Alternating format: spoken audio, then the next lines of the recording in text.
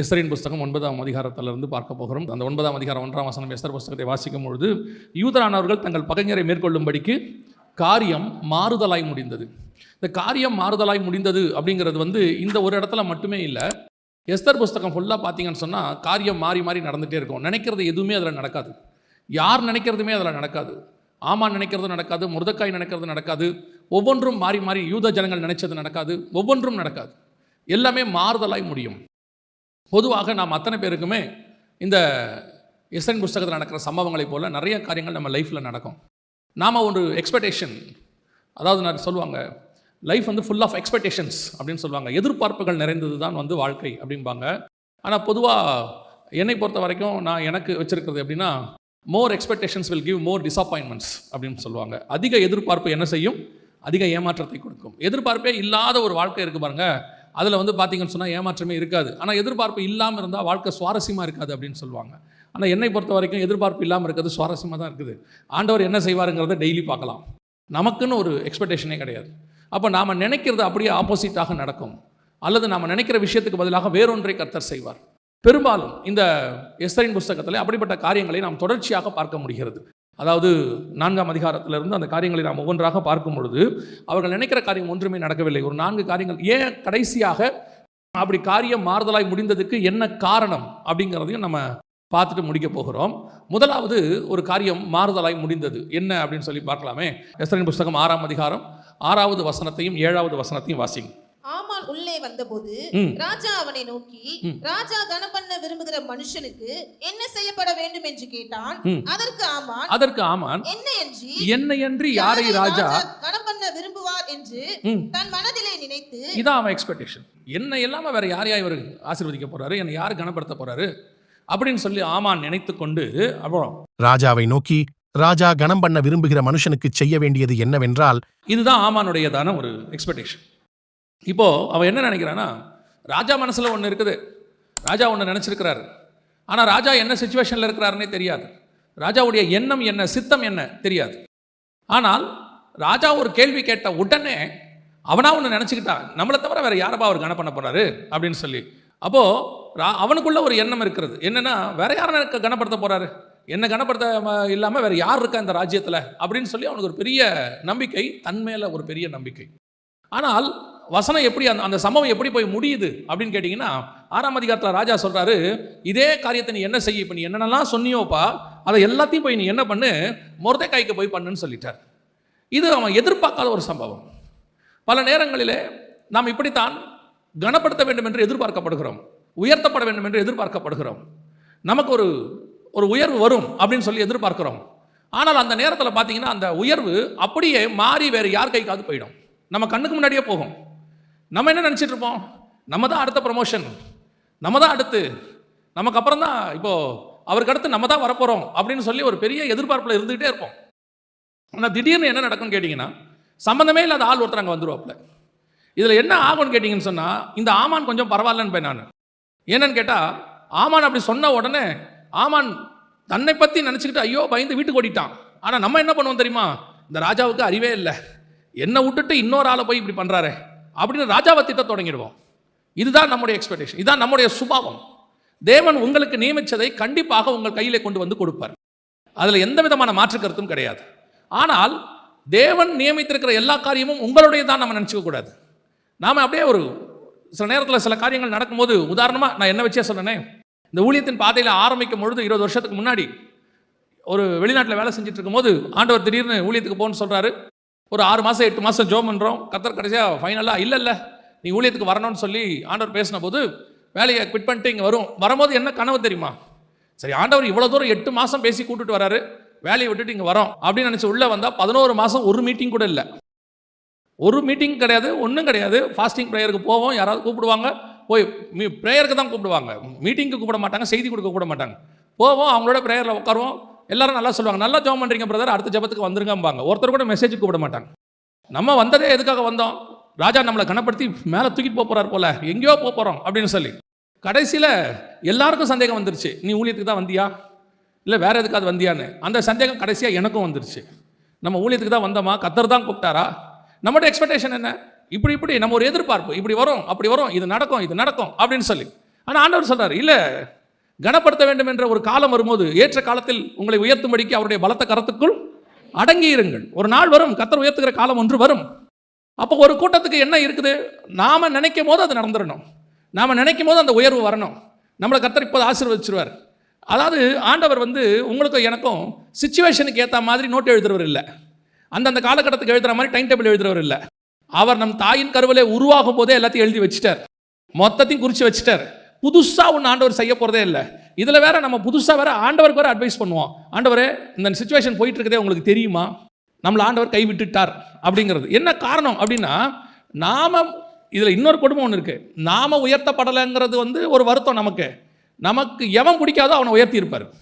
இருக்கிறதுலேயே அதுதான் நமக்கு ரொம்ப கொடுமை. நான் கூட பரவாயில்லைங்க, என்னை விடுங்க, அவன் என்ன பண்ணான்னு மேலே கூப்பிட்டு வந்தார். இது பெரும்பாலும் சபையில் பார்த்தீங்கன்னா பாஸ்டர் மேலே அந்த கோபம் வரும். பாஸ்டர் இத்தனை வருஷம் சர்ச்சுக்கு வரோம், நம்ம கண்ணுக்கு தெரில, என்ன பண்ணார்னு அவரை தூக்கி மேலே நிற்க வச்சு பாட்டு பாட விட்டுட்டார் அதுக்குள்ள அப்படிம்பார் அப்படின்னு விசுவாசிக்க ஒரு எண்ணம். அதாவது இந்த புல்பீட்டுக்கு வந்து நிற்கிறதுக்கு கர்த்தர் யாரை முன்குறிக்கிறாரோ அவர்கள் தான் வந்து நிற்க முடியும். இங்கே அதுக்கு வந்து ஏச்சோ அனுபவமோ அதெல்லாம் கர்த்தர் பார்வை இருக்குது. மோசேக்கு அப்புறம் யார் வரணுங்கிறது ஒரு காரணம் இருக்குது. நியாயமாக பார்த்தா மோசேக்கு அப்புறம் வேற யாரோ தான் வரணும். ஆனால் வந்தது யார்? யோசுவா வந்துட்டார். இவங்கெல்லாம் என்ன நினச்சாங்க, நாம் ஆசாரிப்பு கூடாரத்தில் நிற்கிறோம், அந்த வேலை பார்க்குறோம், இந்த வேலை பார்க்குறோம், அடுத்து மோசேக்கு அப்புறம் நம்ம தான் நடத்த போகிறோம்னு நினச்சிக்கிட்டு இருந்தா, சம்மந்தமே இல்லாமல் மலைக்கடியில் உட்காந்துட்டு இருக்க ஒரு பையனை கூப்பிட்டு வந்துட்டார். தம்பி நீ வா, நீ தான் நடத்து அடுத்துன்னு. இப்போ அத்தனை பேருக்கு எப்படி இருக்கும்? இப்போ இவனுக்கே பயமாக இருக்குது. யாருக்கு? யோசுவாவுக்கே பயமாக இருக்குது. ஆண்டவரே, இவ்வளோ பேரை நான் எப்படி நடத்துறது அப்படின்னு ஆண்டவர் சொல்கிறார். நான் மோசையோடு கூட இருந்தது போல உன்னோடு இருப்பேன். இப்போ பிரச்சனையே அதுதான். மோசே கூட இருக்கும்போது தான் அவனுங்க இவ்வளோ பிரச்சனை பண்ணானுங்க. மோசே கூட இருக்கும்போது தான் முறுமுறுத்தானுங்க. மோசே கூட இருக்கும்போது தான் எதிர்த்து பேசினானுங்க. மோசே கூட இருக்கும்போது தான் என்னை கொல்ல பார்த்தியான்னு கேட்குறாங்க, வழியில் கொண்டு வந்து சாகடிக்க பார்த்தியான்னு கேட்குறாங்க. இப்போ இவர் சொல்கிறாரு, நான் மோசே கூட இருந்தது போலவே இருக்கிறேன். அதுக்கு நம்ம இருக்காமே இருக்கலாம். அவன் கூட இருக்கும்போது தான் இவ்வளோ பிரச்சனை வந்துச்சு ஆண்டவரே. அதோட அர்த்தம் என்ன அப்படின்னா, நான் மோசையோடு கூட எப்படி இருந்தேனோ அப்படி உன் கூட இருப்பேன்னு அர்த்தம். அதாவது மோசே கூட இருந்த மாதிரி இவங்க பார்த்த மாதிரி நீ பார்க்க மாட்டேன். நல்லா கவனிச்சு பாருங்க. யோசுவா கிட்ட கர்த்தர் வந்த பிறகு ஒரு தடவை கூட அவர்கள் முறுமுறுக்கவில்லை, ஒரு தடவை கூட எதிர்த்து பேசவில்லை, ஒரு தடவை கூட அவனுங்க என்ன செய்யலை, அவங்களுக்கு விரோதமாக ஒரு வார்த்தை பேசலை. கானான் போய் சேர்ற வரைக்கும் பொறுமையாக இருந்தானுங்க.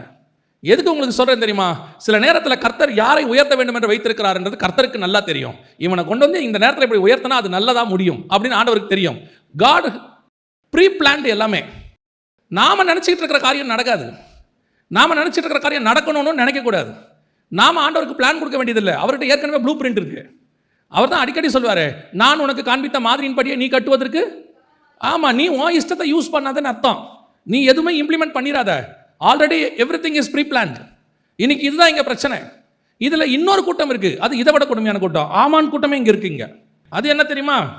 இது எப்படியாவது அவனை தட்டி விட்டு மேலே வந்துடலான்னு ஒரு எண்ணப்பில் இருக்கும். எப்படியாவது அவனை தட்டிட்டு என்ன செஞ்சிடலாம். இவன் எப்படிப்பட்ட ஆட்கள் தெரியுமா இவங்க எல்லாரும்? இதில் ஆக்சுவலாக உண்மையாக பார்த்தீங்கன்னா மொர்தெக்காய் ராஜாவை காப்பாற்றியிருக்கிறான். ஆனால் அவன் அதை பற்றி என்ன செய்யலை, ஒரு பெருசாக நினைக்கல. அவன் எங்கேயோ ஒரு வாசலில் போய் ரோட்டில் உட்காந்துருக்கிறான்.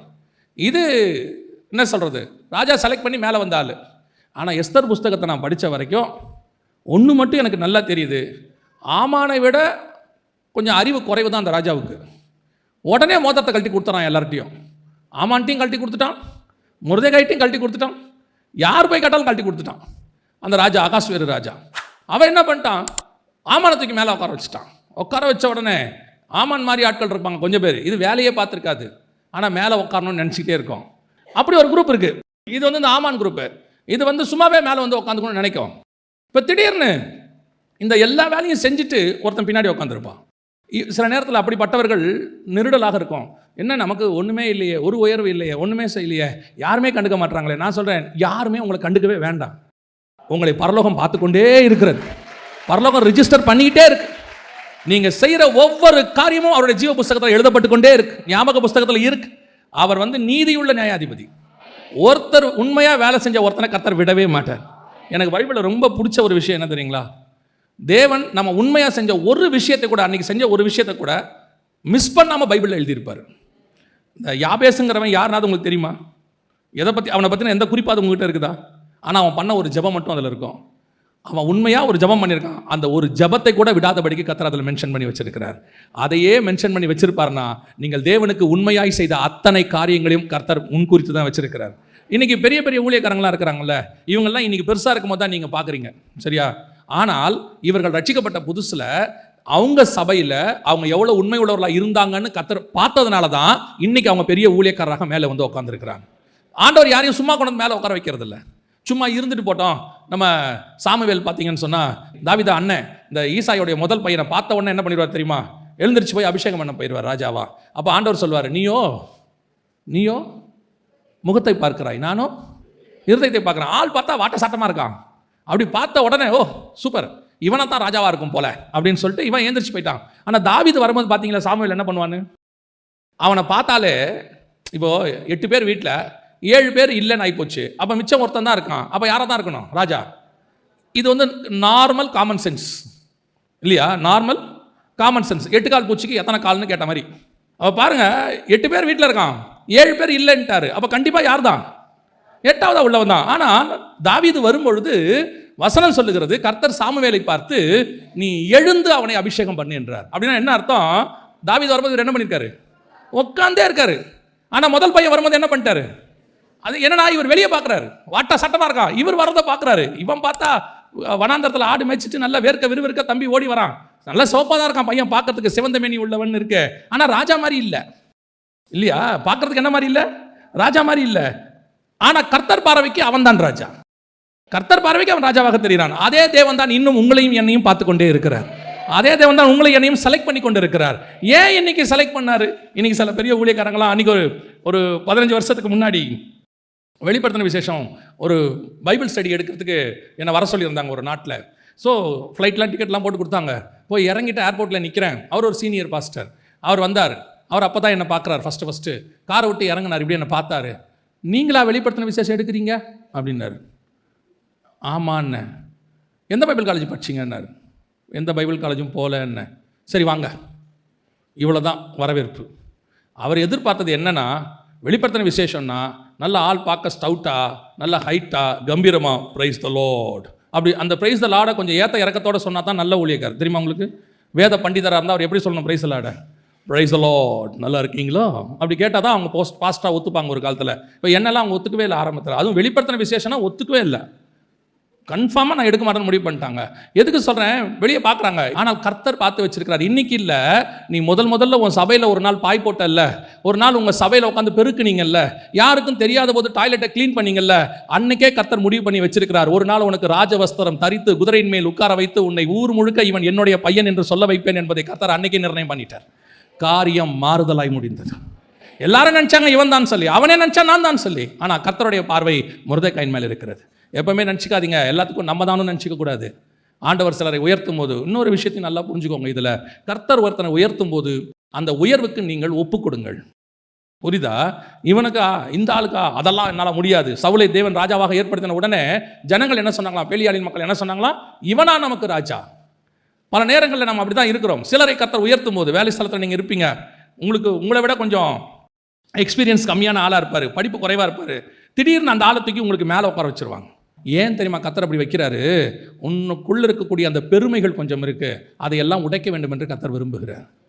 கர்த்தர் ஒருத்தனை உட்கார வைக்கும் போது மேலான அதிகாரத்திற்கு நீங்கள் கீழ்ப்படிய வேண்டியது அவசியமாக இருக்கிறார். ஒரு தம்பி திடீர்னு அவங்க அப்பா இறந்துட்டார். ஆனால் அவங்க அப்பா அதுக்கு முன்னாடியே அவனை பாஸ்டராக உருவாக்கி எல்லாம் ரெடி பண்ணிட்டார். ஆனால் ஒரு நாள் இறந்துட்டார். இப்போ அந்த தம்பி அப்படியே பாஸ்டான உடனே அதுக்கு முன்னாடி இருந்த ஜென்ரேஷன் ஒன்று உட்காந்துருக்குள்ள உள்ள அவர்களுக்கு இவனை ஏற்றுக்கொள்வது எப்படி இருக்கும்? கஷ்டமாக இருக்குது. எப்படி இருக்குது? நான் பார்த்து விளையாடின பையன், நான் பார்த்து வந்த பையன், இவனா நமக்கு போதிக்கிறான் அப்படின்னு. என்ன செய்ய முடியும்? ஏலிகிட்ட பேசிக்கிட்டு இருந்த ஆண்டவர் திடீர்னு சாமுவேல்கிட்ட பேச ஆரம்பிச்சிட்டாரு. சாமுவேல்கிட்ட பேச ஆரம்பிச்சா ஏலி எவ்வளோ கெட்டவன் தான், ஆனால் அவங்ககிட்ட ஒரு நல்ல குணம் இருந்துச்சு. கர்த்தர் சாமுவேல்கிட்ட பேசுகிறாருன்னு தெரிஞ்ச உடனே கர்த்தர் என்ன சொன்னார்னு கை கட்டி கேட்க ஆரம்பிச்சிட்டான். ஆண்டவர் உனக்கு என்ன சொன்னாரோ அதை எனக்கு சொல்லு. ஆண்டவர் சில நேரங்களில் உங்களுக்கு மேலாக ஒருத்தரை உட்கார வைக்கும் போது நீங்கள் வயதில் பெரியவர்களாக இருந்தாலும் அனுபவத்தில் பெரியவர்களாக இருந்தாலும் இந்த சர்ச்சில் உட்காந்துட்டு ஒரு 30 தடவை 40 தடவை பைபிளை மொத்தமாக படித்து முடிச்சிருப்பாங்க. அவங்களுக்கு மேலேருந்து எது பேசினாலும் அவங்களுக்கு என்ன ஆகாது? சாட்டிஸ்ஃபையே ஆகாது. இதெல்லாம் நான் அந்த காலத்திலேயே கேட்டேன், இதெல்லாம் அவர் அன்னைக்கே பேசிட்டார். இப்படியே பேசிக்கிட்டு ஒரு குரூப் உட்காந்துருக்கோம். இன்னைக்கு ஒரு சபைக்குள்ளே உட்காந்துக்கிட்டு இந்த ஆமான் மாதிரி என்னைத்தான் கனம் பண்ணுவார் ஆகும். ஆண்டவர் சொல்றாரு, நீ இல்லை வேற ஒருத்தன் இருக்கான். அந்த வேற ஒருத்தனை கனம் பண்ணும்போது ஏற்றுக்கொள்ளக்கூடிய மனப்பக்குவம் வரணும். ஃபர்ஸ்ட் அக்செப்ட் பண்ணணும். எல்லாத்துக்கும் எல்லாரையும் கர்த்தர் என்ன செய்யறதில்லை? செலக்ட் பண்ணுறது இல்லை. ராஜாவாக இருக்கிறதுக்கு தாவீது தான் கரெக்டு, ஆனால் தளபதியாக இருப்பதுக்கு யோவாப் தான் கரெக்ட். அவனை தான் அங்கே செலக்ட் பண்ண முடியும். யோவாப் நினைக்கக்கூடாது நான் ஏன் ராஜாவாக இருக்கக்கூடாது, நான் தான் சண்டை போட்டு இந்த தாவீது ராஜாவாக இருக்கிற பல யுத்தத்துக்கு நான் தான் நல்லா பண்ணியிருக்கிறேன், நான் ஏன் ராஜாவாக இருக்கக்கூடாது. நீ இருக்க முடியாது தம்பி, நீ ராஜாவாக இருக்க முடியாது. ஏன்னா அது அபிஷேகம். கர்த்தர் அவனை மேலே உட்கார வச்சிருக்கிறாரு. உனக்கு இன்னொரு அபிஷேகம், அவனுக்கு உதவி செய்கிற அபிஷேகம். பல நேரங்களிலே நான் மொர்தெக்காயாய் இருக்க வேண்டும், ஆமான் மொர்தெக்காயாய் மாறவே முடியாது. காரியம் மாறுதலாய் முடிந்தது. இந்த எக்ஸ்பெக்டேஷன் வச்சுக்காதீங்க. ஆண்டவருக்கு தெரியும் நீங்கள் செய்கிற காரியங்களை கர்த்தர் பார்த்து கொண்டே இருக்கிறார். நீங்கள் ஒரு சின்ன ஒரு வெள்ளி காசு போட்டால் கூட கர்த்தர் அதை பார்த்தாராமா. நீங்கள் செய்கிற ஒரு சின்ன காரியத்தையும் பரலோகம் பார்த்து கொண்டே இருக்கிறது. the day will come, அந்த நாளிலே கர்த்தர் உங்களை உயர்த்தி மேலே உட்கார வைக்க வல்லமை உள்ளவராக இருக்கிறார். அல்லேலூயா. ரெண்டாவது வாசியுங்கள், எஸ்தரின் புஸ்தகம் 7ஆம் அதிகாரம் 10வது வசனத்தை வாசிங்க. அப்படியே ஆமான் மொர்தெகாய்க்கு ஆயத்தம் பண்ணின தூக்கு மரத்தில் ஆமானை தூக்கி போட்டார்கள். அப்பொழுது ராஜாவின் உக்கிரம் தணிந்தது. ரெண்டாவது காரியம் எப்படி மாறுதலாய் முடிந்தது. ரெண்டாவது, இந்த ஆமான் ப்ரீ பிளான்ட். என்ன ப்ரீ பிளான் தெரியுமா? இன்னைக்கு ராஜா நம்மளை கூப்பிட்டுருக்கிறாரு, நம்ம விருந்துக்கு போயிட்டு வரோம், வந்த உடனே மொர்தெகாயை தூக்குறோம், க்ளோஸ் பண்ணுறோம். இது ரெண்டாவது ஸ்டெப்பு. ஆனால் எந்த தூக்குமரம் மொர்தெகாய்க்கு செய்யப்பட்டதோ அதே தூக்குமரம் ஆமானுக்கு தூக்குமரமாய் மாறியது. இதுதான் இன்னைக்கு நடந்துகிட்டு இருக்குது, பல இடங்களில் நடக்குது.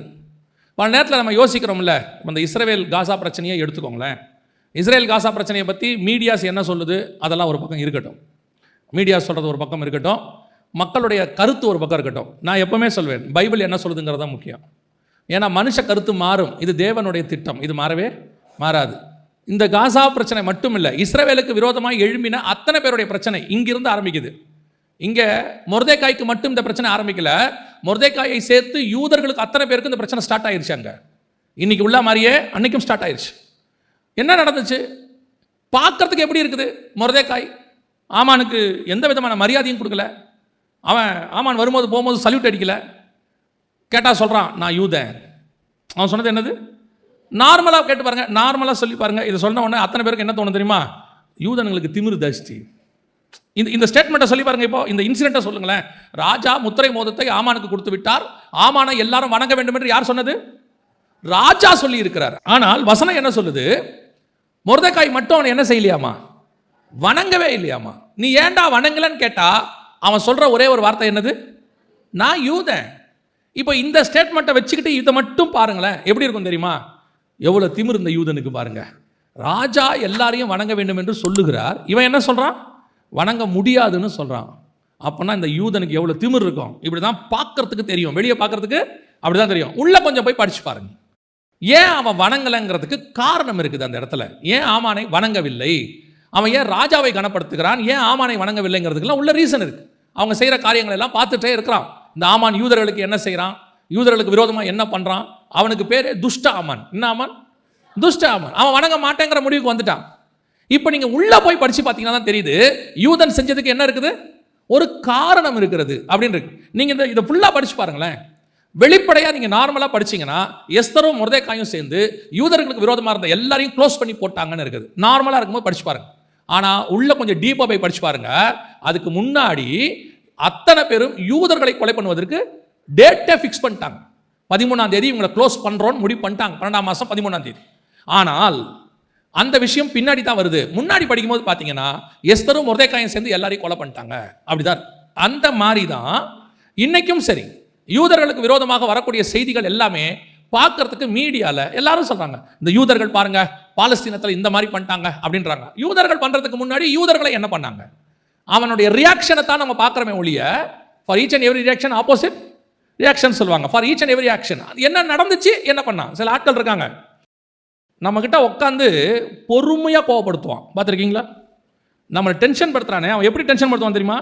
சவுண்டாக டென்ஷன் படுத்த மாட்டான், பொறுமையாக டென்ஷன் படுத்துவான். ஆனால் உங்களுக்கு எனக்கும் அவனுக்கு பதில் பொறுமையாக சொல்ல தெரியாது. 2 கத்துவோம் பாருங்க. பார்க்குறவங்களுக்கு என்ன தெரியும் தெரியுமா? அவன் பொறுமையாக பேசிக்கிட்டு இருக்கான், இவன் என்ன கத்துறான் பாருங்க. சில நேரத்தில் நம்மளை ட்ரிகர் பண்ணுற ஆட்கள் இருக்குது, இப்படி கோவப்படுத்தி விட்டு அது அமைதியாக உட்காந்துருக்கும். அப்புறம் சொல்லுவாங்க அவர் ரொம்ப கோவக்கார், ரொம்ப திட்டார், அடிக்க கை ஓங்கிட்டார். ஏன் ஓங்கினார்? அதான் பிரச்சனை. இஸ்ரவேலுக்கும் இப்போ அதான் பிரச்சனை. இஸ்ரவேல் அடித்தா எல்லா சேனல்லையும் வந்துடும். இஸ்ரவேலை நீங்கள் போய் அடிச்சு பாருங்க, 1-2 சேனலில் ஓரமாக வரும். அவன் 1000 பேரை கொண்டானா பிரச்சனை இல்லை, இவன் திருப்பி 10,000 பேரை கொண்டுருவான், அது பிரச்சனை இஷ்யூ ஆகிடும். அந்த மாதிரி தான் அன்னைக்கும் நடந்துச்சு. இந்த புக்கு முழுக்க வாசிச்சு பாருங்க, எஸ்தரின் புஸ்தகத்தில் அப்படி தான் இருக்கு. அப்போ என்ன நடந்துச்சு, இந்த மொர்தெகாய்க்கு அவன் செஞ்சுட்டான் ஒரு தூக்கு. இவனை தூக்குறோம், இவன் இல்லாமல் பண்ணுறோம், காலி பண்ணுறோம் அப்படின்னு சொல்லி. ஆனால் கர்த்தர் எப்படி காரியத்தை மாறுதலாய் முடிய பண்ணினார், எந்த தூக்கு மரத்தை இவனுக்கு செஞ்சு வச்சானோ அதை விட பெரிய ஆச்சரியம் என்ன தெரியுமா, இந்த தூக்கு மரத்தை மொர்தெகாய்க்கு செய்ய சொல்லி ஒருத்தர் இவனுக்கு ஐடியா கொடுத்தாங்க. யார் கொடுத்தது ஐடியா? ஒய்ஃபு. அவங்க தான் சொன்னாங்க. 14வது வசனம் 5:14. அப்பொழுது அவன் மனைவியாகிய சிரேஷும் அவனுடைய சிநேகிதர் எல்லாரும் அவனை பார்த்து, 50 முழ உயரமான ஒரு தூக்கு மரம் செய்யப்பட வேண்டும், அதிலே மொர்தெகாயை தூக்கி போடும்படி நாளைய தினம் நீ ராஜாவுக்கு சொல்ல வேண்டும், பின்பு சந்தோஷமாய் ராஜாவுடனே கூட விருந்துக்கு போகலாம் என்றார்கள். இவங்களே தான் அடுத்த அதிகாரத்தில் சொன்னாங்க, நீ தாழ்ந்து போக தொடங்கினீர், நீ அவனை மேற்கொள்ள முடியாது. ஆமானுக்கு வாச்சது எதுவுமே சரியில்லை.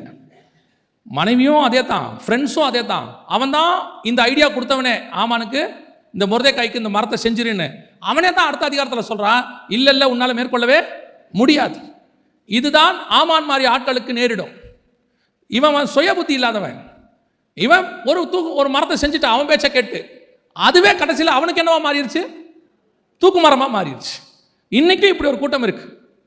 யார் பேச்சையாவது கேட்டுக்கிட்டு அதுக்கு அதுவே தூக்கு மரம் செய்கிறது, அதுக்கு அதுவே கொண்டு போய் சாகிறது இருக்கு. ஒரு குரூப் இருக்கு, நம்ம இதுக்கு ஆலோசனை கொடுக்குற ஒரு குரூப் இருக்கு. அவங்கள இந்த இடத்த விட்டு தூக்கிடணும், நம்ம அந்த இடத்துக்கு வந்துடணும், இவங்களை இல்லாமல் பண்ணிடணும், காலி பண்ணிடணும், அப்படிலாம் பிளான் பண்ணி பண்ணுவான். இவனுக்கு கொஞ்சம் பேர் என்ன செய்வாங்க, அட்வைஸ் எல்லாம் பண்ணுவாங்க. பிரதர் நீங்கள் இப்படி பண்ணீங்கன்னா, இந்த மாதிரி செஞ்சீங்கன்னா அவரை கரெக்டாக லாக் பண்ணி தூக்கிடலாம் பிரதர்னு. கடைசியில் பார்த்தா எந்த பிளான் பண்ணானோ அந்த பிளானில் அவனே க்ளோஸ் ஆயிடுவான். கடைசியில் அந்த இடத்துல அவனே இருக்க மாட்டான். இதுதான் எப்போவுமே காரியம் மாறுதலாய் முடியும். எப்பவுமே உங்களுக்கு நான் ஒரு விஷயத்தை இந்த செய்தியின் வாயிலாக உங்களுக்கு சொல்கிறேன், கவனிங்க. யாரையுமே நீங்கள் தண்டிக்கணும்னு நினைக்காதீங்க. அவங்க தப்பு செஞ்சிருந்தால் கர்த்தரே அவர்களுக்கு நியாயம் தீர்க்க வல்லமை உள்ளவராக இருக்கிறார். நம்ம நியாயம் தீர்க்க போனோம்னா சில நேரத்தில் அது தவறுதலாக முடியும். ஒரு ஓமையில் ஆண்டவர் சொல்வார், நீர் நல்ல நிலங்களை விதைத்தீர், களைகளை யாரோ விதைச்சிட்டாங்க, களைகளை நாங்கள் வேணால் பிடுங்கட்டோமான்னு சொல்லி அவங்க என்ன செய்வாங்க, கேட்பாங்க. அப்போ ஆண்டவர் சொல்வார், நீங்கள் களைகளோடு கூட சேர்த்து நல்ல விதைகளையும் பிடுங்கி விடுவீர்கள், அதனால் அதை வளர விட்டுருங்க, நான் பார்த்துக்கிறேன் பாரு. பல நேரங்களில் நியாய தீர்ப்பு கொடுக்குற அதிகாரத்தை கர்த்தர் தான் கையில் வச்சிருக்கிறாரு, நம்ம கையில் அதை கர்த்தர் கொடுக்கவே இல்லை. இப்போ நம்ம நியாய தீர்ப்பு கொடுக்குற இடத்துக்கு வந்துடுவோம், இவனை தூக்கிடலாம், அவனை போட்டுடலாம், அவனை இல்லாமல் பண்ணிடலாம். அப்படி செய்யவும் செய்வார்கள் கொஞ்சம் பேர். ஒரு ஆலயத்தில் ஒரு சபையில் ஒரு உதவி ஊழியர் இருந்தார். அவருக்கு அப்புறம் இன்னொரு உதவி ஊழியர் வந்து சேர்ந்தார்.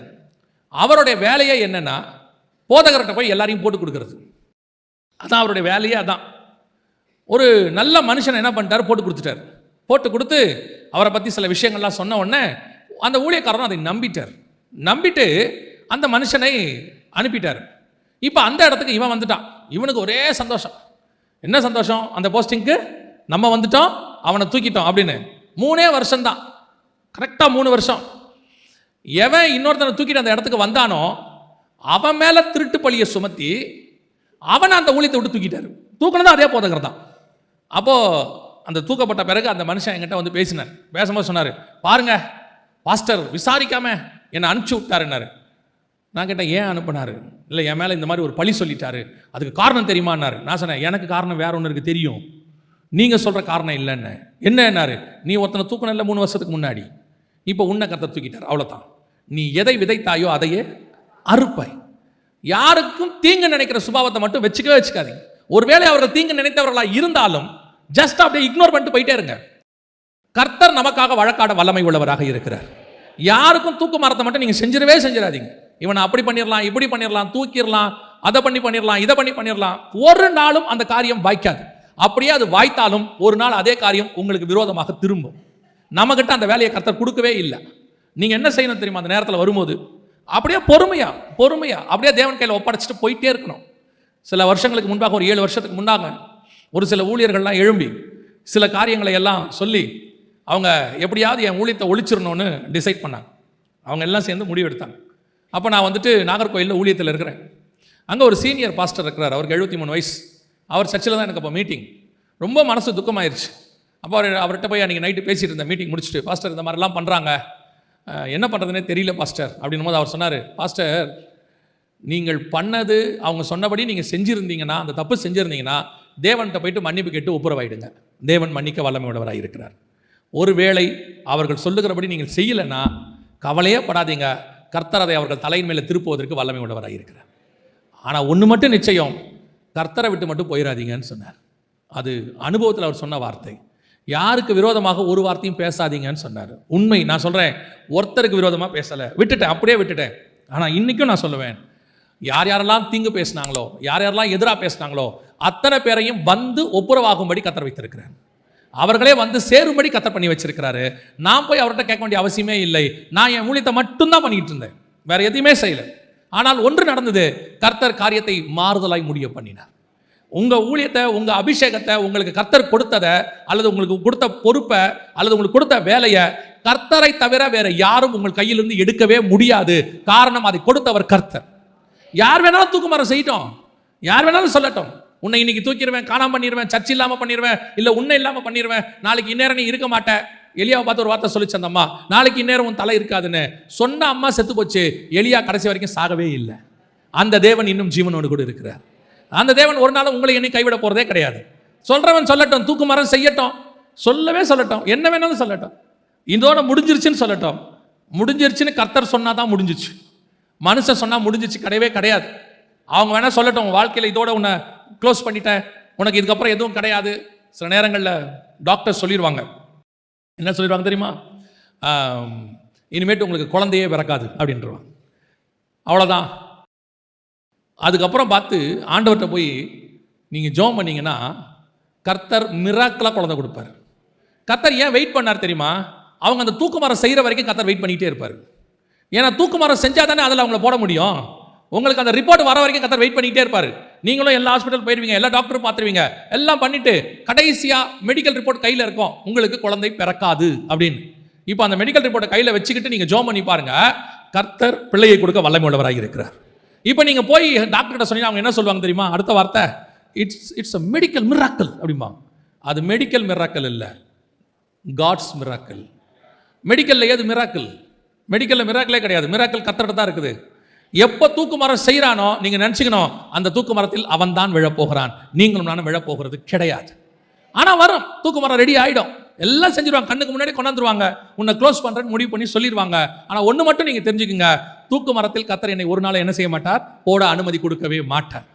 ஒரு நாள் பைபிள் படிச்சுட்டு இருக்கும்போது இந்த வனாந்தரத்தை பற்றி படிக்கும்போது ஆண்டவர் ஒரு காரியத்தை உணர்த்தினார்.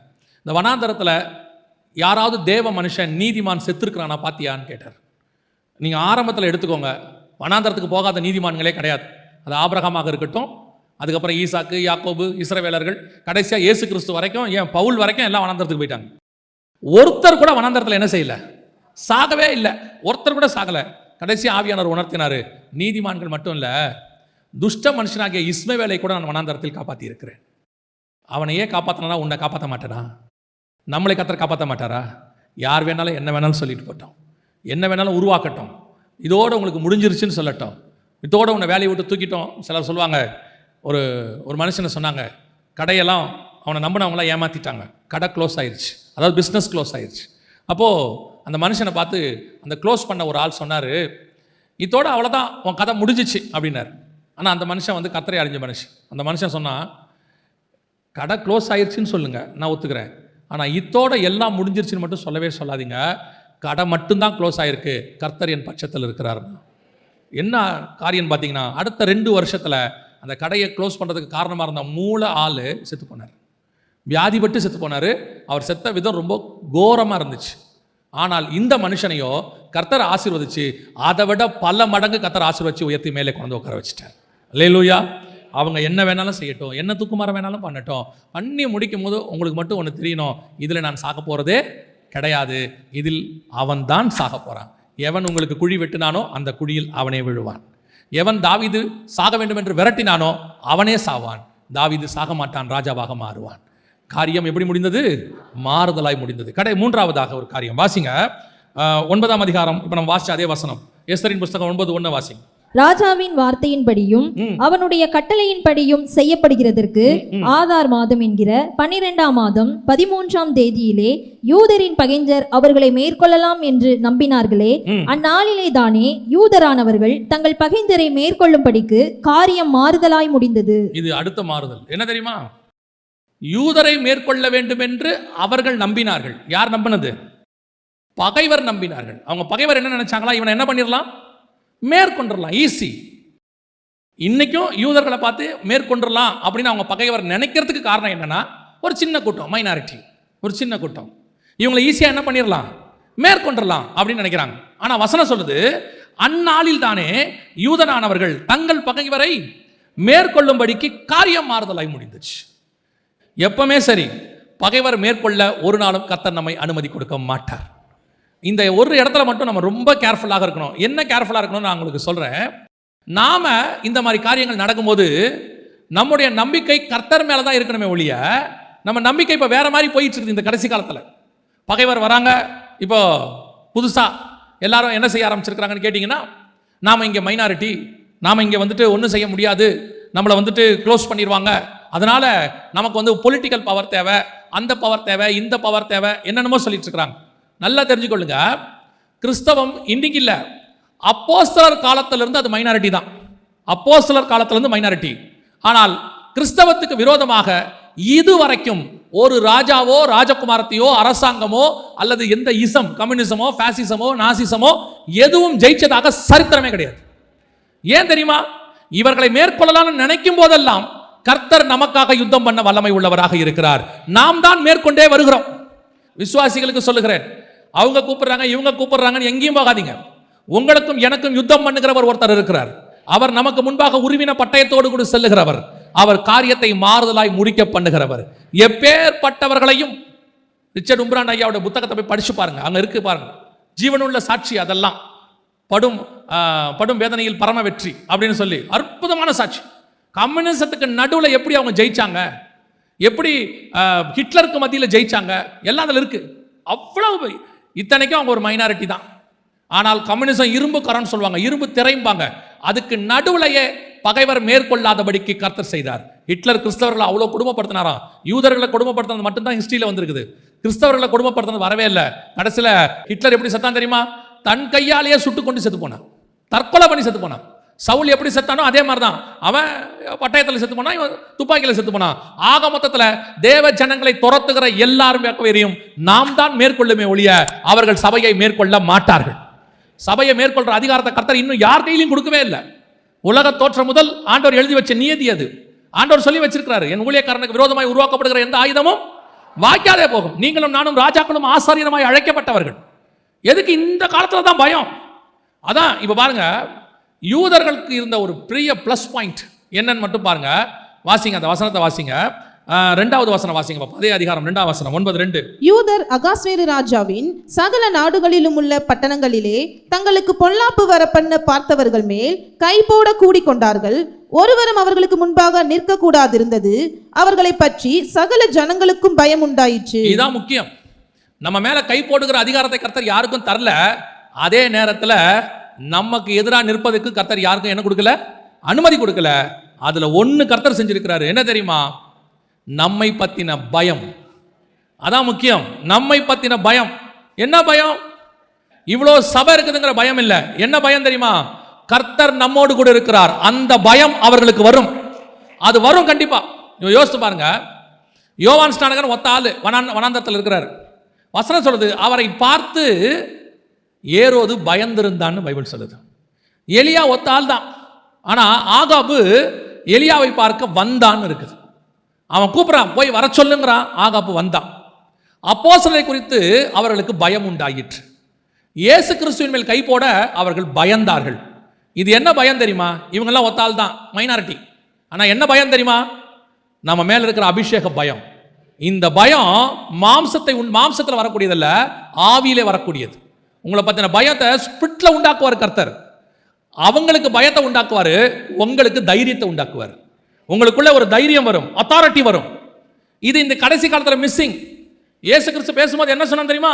முகதாட்சணியம் இல்லாமல் நீர் பேசுகிறீர், எவருக்கும் நீர் பயப்படுகிறது இல்லை. அதுதான் அப்போஸ்தலர்கிட்ட இருந்துச்சு, அதுதான் பவுல் கிட்ட இருந்துச்சு, அதுதான் எலியா கிட்ட இருந்தது, அதே தான் எலிசா கிட்ட இருந்துச்சு. ராஜா வந்து நிற்கிறான், இவன் சொல்றான் நீயா பிடிச்ச அவனை போடான்ட்டான். ஆகாப் சொல்றான் இஸ்ரவேலை கலங்க பண்ணுகிறவன் நீ இல்லை, நீ தான் கலங்க பண்ற போன்ட்டான் வெளியே. அந்த அத்தாரிட்டி உங்களுக்கு எப்போ வரும் தெரியுமா? ஆவியானவர் உங்களுக்குள்ளே இருக்கும்போது, நீங்கள் ஆவியானவருக்குள்ளே இருக்கும்போது அந்த அத்தாரிட்டி உங்களுக்கு வரும். அது உங்களுக்கு தைரியத்தை கொடுக்கும், எதிராளிக்கு பயத்தை கொடுக்கும். இன்னைக்கு என்ன ஆயிடுச்சு? கடைசி காலத்தில் நீங்க பயந்துகிட்டு இருக்கிறீங்க, எதிராளி தைரியமா இருக்கிறான், அவன் மிரட்டுறான் நம்மள. என்ன பண்ணுவேன் தெரியுமா?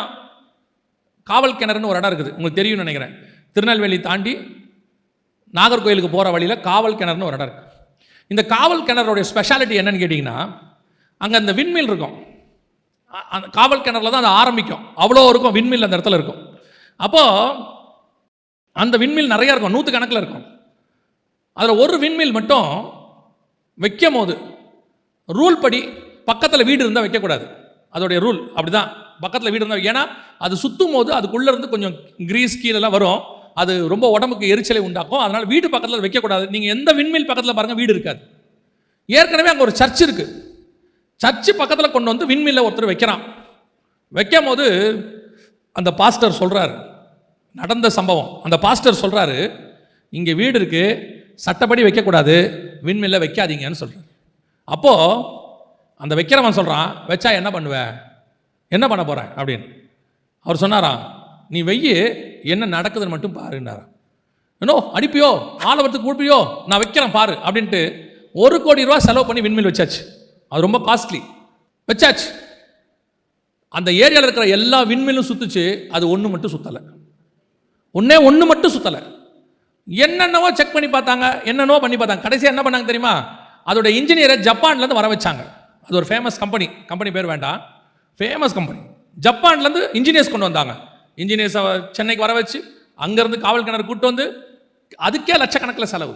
எல்லாம் வந்து செக் பண்ணி பார்த்துட்டு அந்த ஜப்பனீஸ் சொன்னது என்ன ரீசன்னு தெரில, மேனுஃபேக்சரிங்லேயே ஏதோ ஃபால்ட் இருக்கு, இதை விட்டுருங்க, இது ஒன்றும் பண்ண முடியாதுன்ட்டு போயிட்டான்.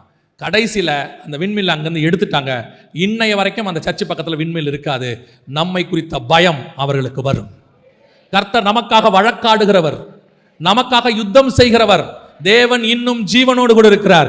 நீங்க இந்த அறிவியல் வளர்ச்சி, செல்போனு, இன்டர்நெட், வைஃபை எல்லாம் வந்த உடனே ஏதோ நீங்க மாடர்னைஸ் ஆயிட்டீங்க, ஆண்டவர் ரொம்ப ஓல்டு ஆண்டவர் நினைச்சுக்காதீங்க.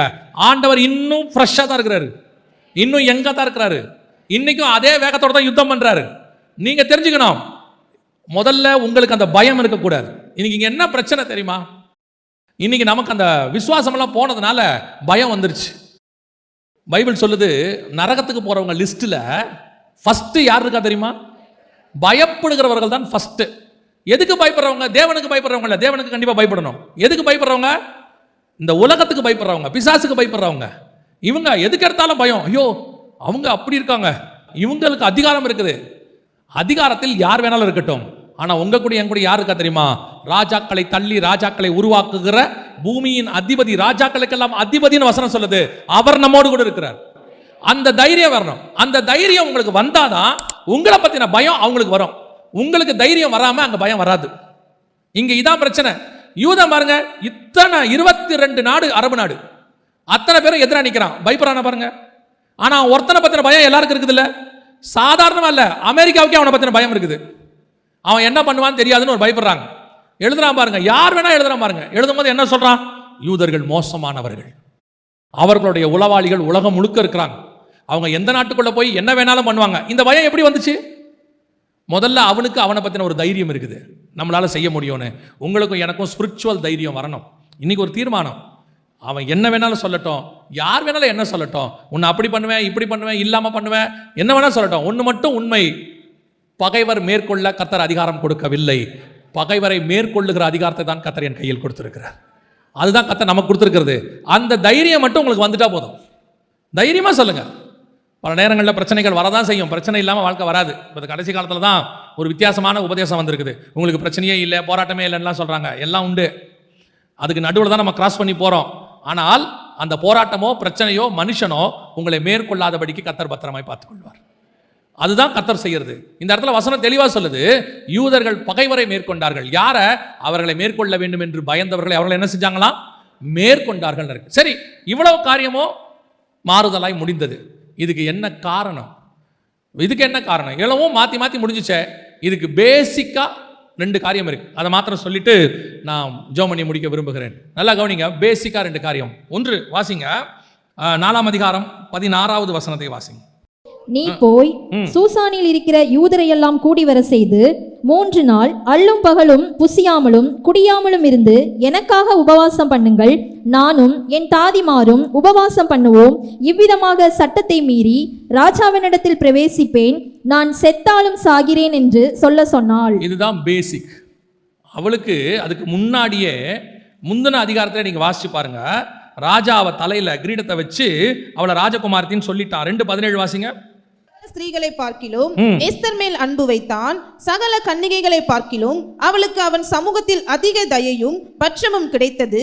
ஆகையால் அவன் ராஜ கிரீடத்தை அவள் சிரசின் மேல் வைத்து அவளை வஸ்தியின் ஸ்தானத்திலே பட்டத்து ஸ்திரீயாக்கினான். பட்டத்து ஸ்திரீ ஆயாச்சு, போஸ்டிங் கொடுத்தாச்சு, பவர் வந்துருச்சு. 127 நாட்டுக்கு அவ ராஜகுமாரத்தி. இப்போ ராஜாவோட எல்லாம் ஓகே தான். ஆனா இவ்வளவு அதிகாரத்தை அவள் நம்புவதற்கு முன்பாக ஒன்று செய்கிறா. பிரச்சனை வந்த உடனே மொர்தெகாயை பார்த்து சொல்றா, நானும் தாதிமாரும் உபவாசம் இருப்போம், 3 நாள் புசியாமலும் குடியாமலும் உபவாசம் இருப்போம், நீங்களும் இருங்கள். இதுதான் ரொம்ப இம்பார்ட்டன்ட். இன்னைக்கு ராஜகுமாரத்தி ஆகிற வரைக்கும் நம்ம உபவாசம் இருப்போம். அதாவது நமக்கு எதிர்பார்க்குற காரியம் நடக்கிற வரைக்கும் நம்ம என்ன பண்ணுவோம்? ஃபாஸ்டிங். எல்லாம் ஓகே தான். அதுவும் பார்த்தீங்கன்னு சொன்னால் ஒரு குழந்தை இல்லை அப்படின்னு சொல்லியாச்சுன்னா சர்ச்சில் நடக்கிற எல்லா ஃபாஸ்டிங் ப்ரேயர்லையும் அவங்க இருப்பாங்க, அழுது ஜெபம் பண்ணுவாங்க.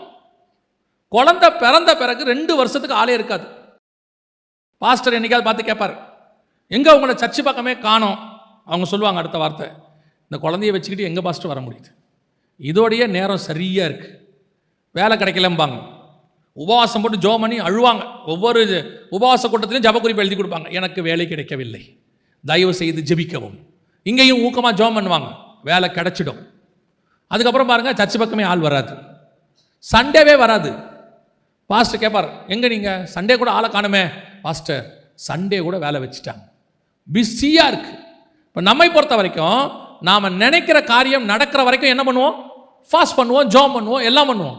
அது வந்த பிறகு நாம் அதற்கு அதிகாரியாக மாறிட்டோம். இப்போ நமக்கு அந்த ஃபாஸ்டிங்லாம் தேவையில்லை, ப்ரேயர் தேவையில்லை. இன்னும் சொல்ல போனால் ஆரம்பத்தில் சர்ச்சுக்கு வரும்போது இருக்கக்கூடியதான ஸ்பிரிச்சுவல் டெடிகேஷன் இப்போ இருக்கா அவங்களுக்கு? இப்போ இருக்கா? ஆரம்பத்தில் வரும்போது ஓடி வரும்போது இருந்த டெடிகேஷன் இப்போ கர்த்தர் உங்களை ஆசீர்வதிச்சு உங்கள் உண்மைக்கு தக்கதாக வீடு கொடுத்து, கார் கொடுத்து, பைக் கொடுத்து, நல்ல வேலை கொடுத்து, பிள்ளையை கொடுத்து, சம்பாத்தியத்தை கொடுத்து, எல்லாம் கொடுத்துட்டார். ஆனால் அந்த டெடிகேஷன் இருக்கா? இப்போ அதை ஓடி வரீங்களா? இப்போ என்ன சொல்கிறீங்க? ரொம்ப பிஸி, டைமே இல்லை. இப்போ எல்லாரும் கற்று வச்சுட்டு இருக்கிற ஒரு பெரிய வார்த்தை என்னது? டைமே இல்லை. ஆனால் எஸ்தர் ராஜகுமாரத்தியாய் மாறின பிறகு ராஜா கிட்ட போகிறதுக்கு அவகிட்ட இன்ஃப்ளூயன்ஸ் இருக்கு. இப்போ எல்லாரையும் பார்க்கணும், ராஜா அவளை அதிகமாய் நேசித்தான். இப்போ நமக்கு கொஞ்சம் இன்ஃப்ளூயன்ஸ் கிடைக்கட்டுமே, ஊழியத்தின் பாதையாக இருக்கட்டும், ஆவிக்குரிய வாழ்க்கையாக இருக்கட்டும். ஆரம்பத்தில் யாருமே இல்லாத போது ஒவ்வொன்றத்துக்கும் முழங்கால் போட்டு ஜெபம் பண்ணுவோம். ஒவ்வொன்றத்துக்கு முழங்கால் போட்டு ஜெபம் பண்ணி கர்த்தர் அற்புத அடையாளமாக அதிசயமாக என்ன பண்ணுவார்? காரியத்தை வாய்க்க பண்ணுவார். வந்து சாட்சி சொல்லுவோம், கர்த்தர் அற்புதமாக செஞ்சார், அதிசயமாக செஞ்சார். கொஞ்சம் எல்லாம் வளர்ந்த உடனே அதே மாதிரி ஒரு பிரச்சனை ஒன்று வரும். ஒரு 5 வருஷம் கழிச்சு இப்போ நம்ம எப்படி இருப்போம் தெரியுமா? எனக்கு இந்த ஏரியா கவுன்சிலர் தெரியும், எனக்கு அந்த எஸ்ஐ ரொம்ப தெரிஞ்சவர் தான், வேண்டப்பட்டவர் தான். அவர் நமக்கு கொஞ்சம் நல்ல, அவரை பிடிச்சா காரியம் நடக்கும். ஏன் 5 வருஷத்துக்கு முன்னாடி அவரை பிடிக்கல? ஏன் 5 வருஷத்துக்கு முன்னாடி அவரை தேடலை? அன்னைக்கு அவரை தெரியாது. அன்னைக்கு இயேசுநாதரை மட்டும்தான் தெரியும். இன்னைக்கு இயேசுநாதரும் தெரியும், கூட இவரையும் தெரியும். உடனே ஒரு வசனத்தை எல்லாம் எடுத்துக்கிறது. என்ன வசனம் தெரியுமா? மனுஷர் தயவு தேவையில்லையா? மனுஷர் தயவு கண்டிப்பாக தேவை. ஆண்டவர் மனுஷனை கொண்டு தான் உதவி செய்வார். உங்களுக்கு ஒரு காசு தேவைன்னா கர்த்தர் என்ன பண்ண போறாரு? யாரையோ ஒருத்தர் அனுப்பி தான் தரப்போறாரு. யாரோ வச்சிருக்கிற ஒருத்தனை அனுப்ப தான் போறாரு. கண்டிப்பாக மனுஷர் தயவு தேவை. ஆனால் நீங்கள் தேடி போக வேண்டியதில்லை, அந்த ஆளை கர்த்தரே அனுப்ப வல்லமை உள்ளவராக இருக்கிறார். இன்னைக்கு நமக்கிட்ட அந்த ஃபாஸ்டிங் மிஸ்ஸிங், ஜெபம் மிஸ்ஸிங். அவ சொல்றா, நான் ராஜகுமாரத்தி தான், ராஜா என்ன ரொம்ப நேசிக்கிறான், என் தலையில கிரீடெல்லாம் வச்சுட்டான், வஸ்தியை விட என்னதான் நேசிக்கிறான், எல்லாம் உண்மை. அதற்காக நான் நேரா ராஜா கிட்ட போக மாட்டேன். முதல்ல என்ன நான் ஸ்பிரிச்சுவலி ஸ்ட்ராங் பண்றேன். முதல்ல நான் ஃபாஸ்டிங் இருக்கிறேன், 3 நாள் புசியாமலும் குடியாமலும் இருக்கிறேன், இருந்துட்டு நான் போறேன். பொதுவாக பெண்கள் எப்படி போவாங்க? நல்ல அதுவும் ஒரு ராஜாவை பார்க்க போகிறதுனா எப்படி போகிறது? யோசித்து பாருங்க. பயங்கர அலங்காரம் இல்லை. இந்த அம்மா 3 நாள் சாப்பிடல, 3 நாள் தண்ணி குடிக்கல. இந்த அம்மா எப்படி இருக்கும்? 5ஆம் அதிகாரம் 1ஆம் வசனம் வாசிங்க. 3ஆம் நாளிலே எஸ்தர் ராஜவஸ்திரம் தரித்துக்கொண்டு ராஜ அரண்மனையின் உள்முற்றத்தில் ராஜா கொலுவிருக்கும் ஸ்தானத்துக்கு எதிராக வந்து நின்றாள். 3ஆம் நாளிலே அப்படின்னா அந்த அம்மா ஃபாஸ்டிங் முடிச்ச உடனே போயிருக்கு. 3ஆம் நாளிலே இன்னும் ஃபாஸ்டிங் முடியல, ஃபாஸ்டிங்கோட போயிருக்கு. அப்படின்னா அந்த அம்மா எப்படி இருந்திருக்கும்? 3 நாள் வெறும் சாப்பாடுல மட்டும் இல்லை, அந்த அம்மா 3 நாள் புசிக்கவும் இல்லையா, குடிக்கவும் இல்லையா, வந்து நிற்கிது ராஜாவுக்கு முன்னாடி. எப்படி இருந்திருக்கும் பாருங்க. நான் எப்பவும் சொல்லுவேன், ஃபாஸ்டிங் அப்படின்னா கதவை சாத்திக்கிட்டு வீட்டுக்குள்ளே போயிடுங்க.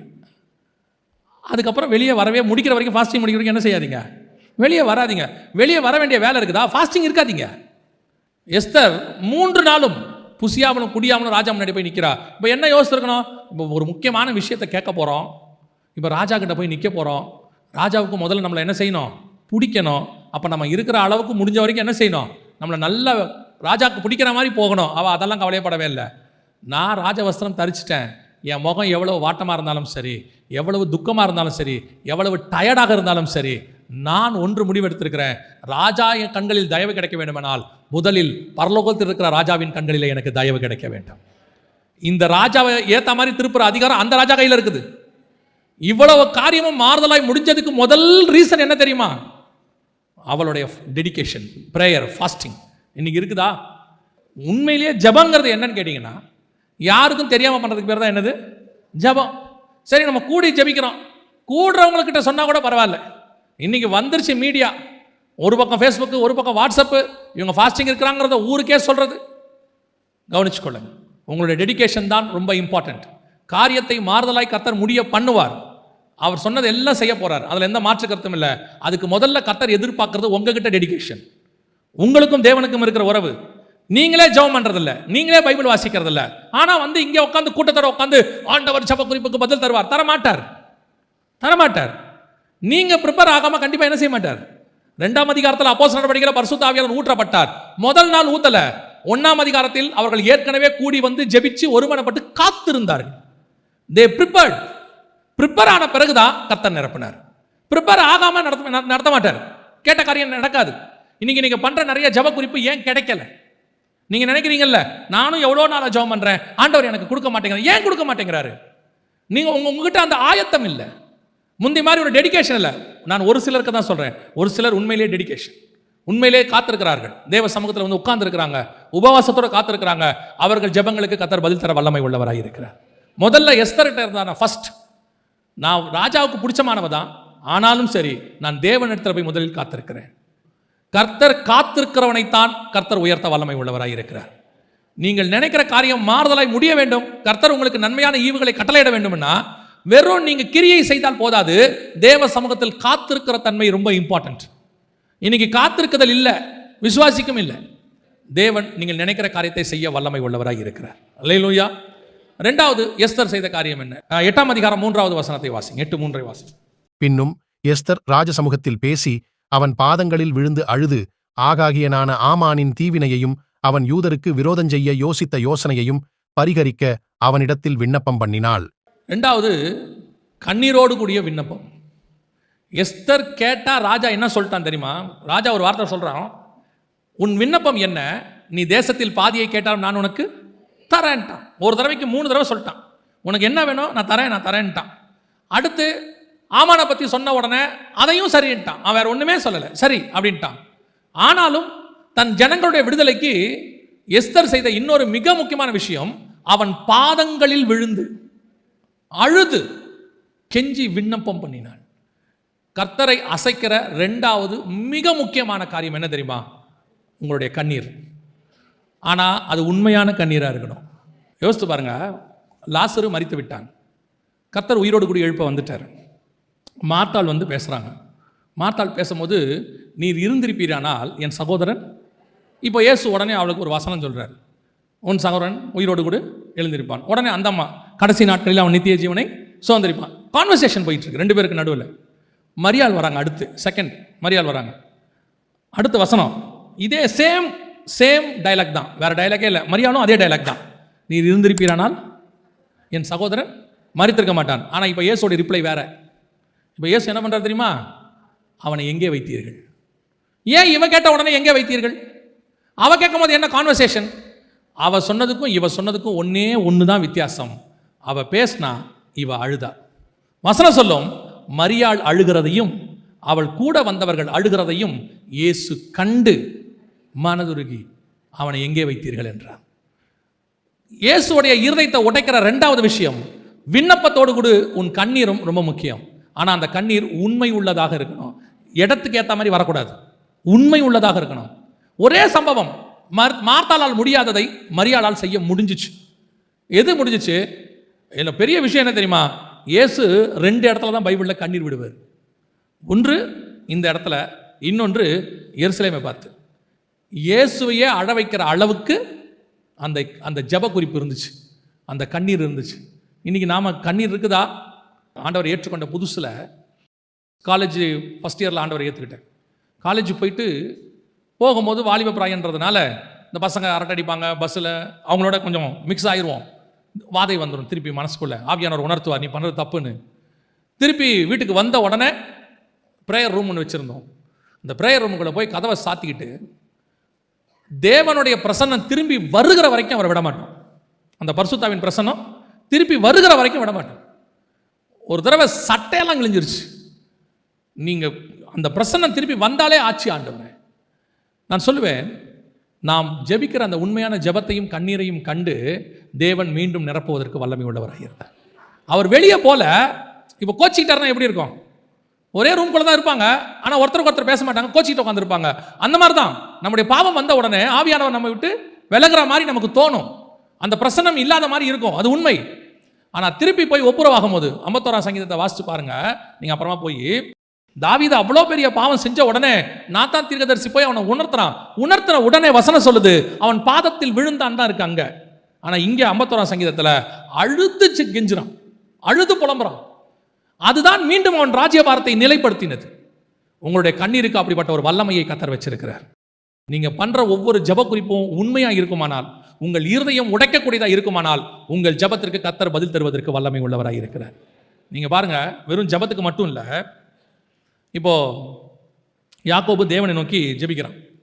நீர் என்னை ஆசீர்வதித்தால் ஒழிய உம்மை நான் விடமாட்டேன் அப்படின்னு சொல்கிறான். அப்போது கர்த்தர் அவனை பார்த்து ஒரு வார்த்தை சொல்கிறாரு. 32ஆம் அதிகாரம் 26வது வசனம். அவர் நான் போகட்டும், பொழுது விடுகிறது என்றார். அதற்கு அவன், நீர் என்னை ஆசீர்வதித்தால் ஒழிய உம்மை போக விடேன் என்றான். தொடர்ந்து வாசிங்க. அவர், உன் பேர் என்ன என்று கேட்டார். யாக்கோபு என்றான். அப்பொழுது அவர், உன் பேர் இனி யாக்கோபு என்னப்படாமல் இஸ்ரவேல் என்னப்படும், தேவனோடும் மனிதரோடும் போராடி மேற்கொண்டாயே என்றார். நல்ல கவனிங்க அந்த ஒரு விஷயத்தை. கர்த்தருக்கு யாக்கோபை ஆசீர்வதிக்கிற பிளானே கிடையாது அன்னைக்கு.